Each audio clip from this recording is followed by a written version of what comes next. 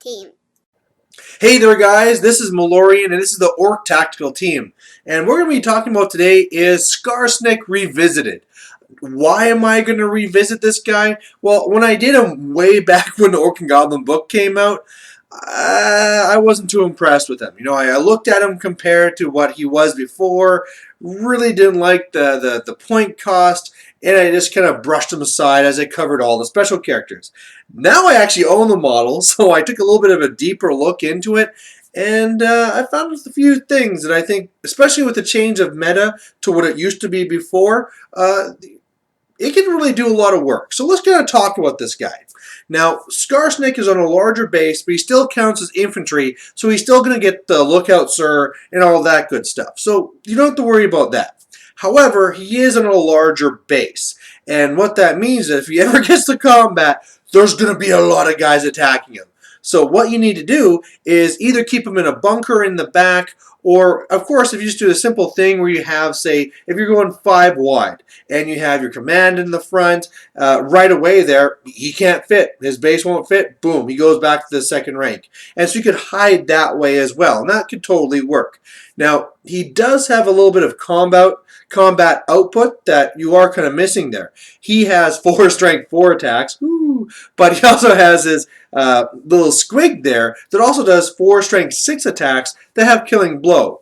So those are nice, but never think that this guy is a combat person that you want to get into there. He has no ward. I don't think he even has an armor save. He has 6 wounds, which is nice, but the guy's just going to die, right? Now that we're in an age where all these models have so many attacks, he has such a big frontage, he's just going to die. So just don't get him in combat. At least you know that if it does happen with some fast cav, he can do something and try and fight it off. But for the most part, keep that guy away from combat no matter what. Now, he does have a couple of interesting things. First of all, if you're going for a goblin theme, he has leadership 8. And that's pretty nice. If you really do want to keep out all the other stuff, leadership 8 coming from him for a Night Goblin theme force, why not? It's a good way to actually get that in there. So there's a little themey thing there. He also has his little prodder. Now, what this does is that it's a bound 5 item, and it's going to do D3 strength 6 hits that allow no armor saves. If you're within 12 inches of a horde, which would be all the time, of Night Goblins, then it turns to D6 hits. Now, back when I would have reviewed this at the start, it was infantry horde time. So little, pew pew pew, oh great, I killed a couple of guys. That meant nothing. All of a sudden now, this is a lot bigger of a deal. You're starting to see a lot more knights out there. So, of course, ignoring armor saves, that's great. We're seeing a lot more monsters. And so taking all these big strength hits, you can really help pick away at these monsters. Even all the monstrous infantry and cav, this is a great thing using against Morphang. Pew, pew, pew. You can go and shoot down a guy or something. So a really nice one to have in your toolkit. And it's really easy to cast too. Bound 5, couple of dice, boom. Good to go. Now, with this as well, it could even be good against a Demon Prince, right? Ignoring his armor, get some wounds in there. It's a pretty nice bound item that he has there all the time. Now, the next thing to talk about is he has sneaky schemes and tricksy traps. Now, the sneaky schemes means that before you do the deployment and all that stuff, you roll a dice for every unit that the enemy has. And on a 6, they don't start. They have to come on as reserves after. Basically, like if you pursued an enemy off the board, they get to come on like that. Now, the really nice thing about this is a couple of things. One, if they have any war machines. Obviously, if they're coming on, they count as moving. They're not going to shoot. Really good news. If they have any support characters that are really important, they're going to start off. Hey, if you're talking about magic, let's say it's the very first turn, you win first turn, maybe one of their mages started off the board. Hey, well, too bad. You don't have a level 4 to stop me. Oh, your spell scroll is off the board. Oh, that's too bad, right? So these things can help. That's going to be very corner case and rare, though.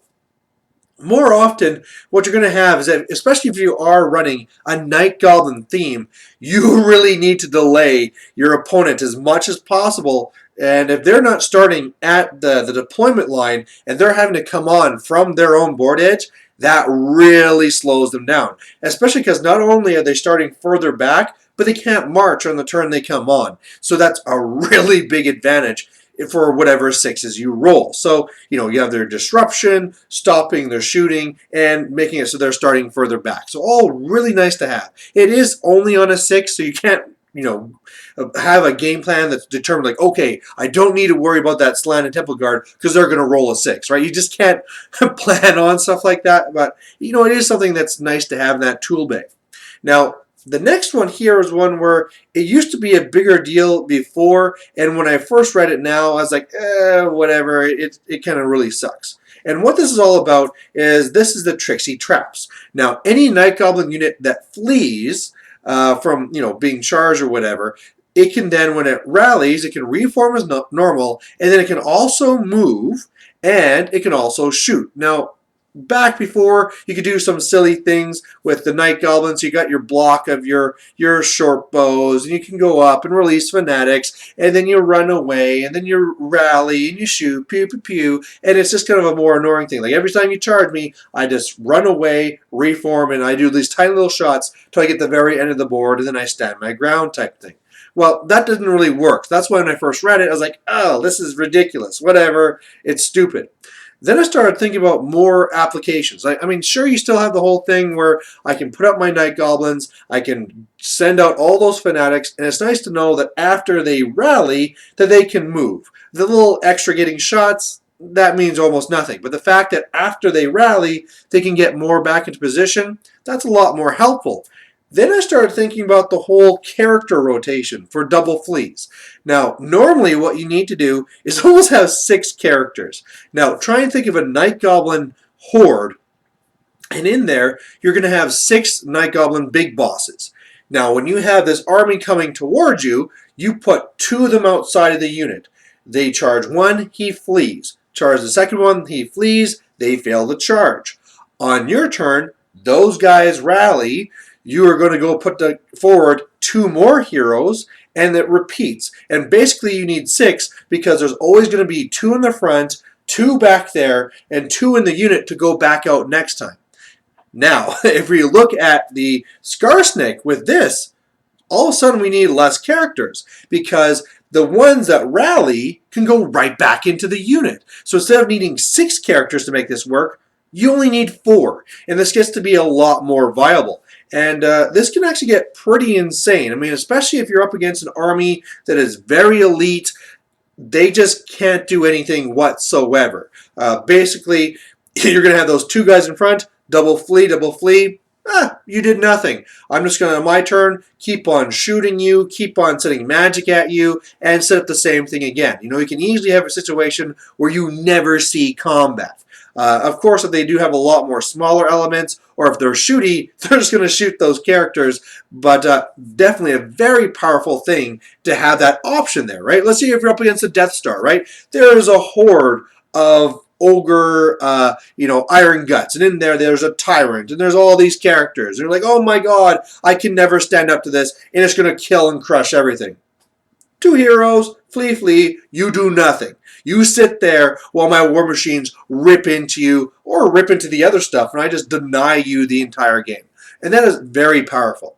Now, that really is him in his entirety, and the big thing we have to review at the end is how many points is this guy? And that's really the big killer, where he is 270 points.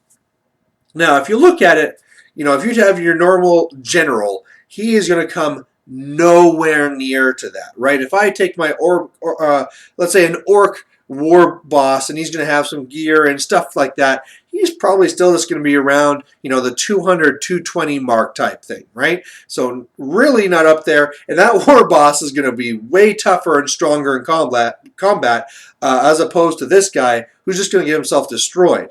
If you compare him to some level 4, right? I have my level 4 orc greater shaman.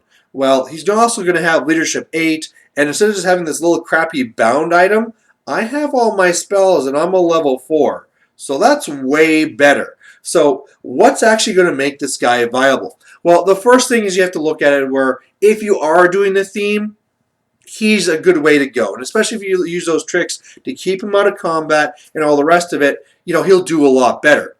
It's at that moment that you start thinking about complete denial of combat, that who cares if he's 275 or 400 points or 500 or whatever. We can just keep talking numbers. But if that's your plan, all of a sudden he is invaluable because he is just letting you win, right? If you are up against that ogre army that has 3 big hordes of ogres, they're just never going to see combat. Never ever, because you just keep on rinse and repeat. Now, sometimes you have to be a little bit more careful of that too, especially if you're needing to set this up for a couple of turns. You might need to have set up 3 bosses there. So there's one to flee the first, one to flee the second, and the other one to keep them away. Because remember, after they fail their charge, they're still going to move up and be an inch away from your unit. And if you move back, the units move and you can't put those characters forward. So you do need to have that kind of buffer type thing. But still, this is very powerful when ran that way. It also really gets into the area of very cheesy and very frustrating for the opponent. But man, I mean, if you're going there with a theme army that's Night Goblins, this is completely with the theme, right? They're all about tricks and all about these kind of like, punch in the groin type thing. So, it is kind of fitting with that, but I would probably save it for tournaments. If you're going to bring this to some, friendly gaming with your buddies, and it's like, okay, guess what? You get to do nothing because I double flee. Only one you are going to be laughing at this. But yeah, I mean, looking back at tournaments, this could be very viable. So there you have it, Skarsnik Revisited. And I can't wait to paint him up and get some use out of him. So we'll see you then, and thanks for watching.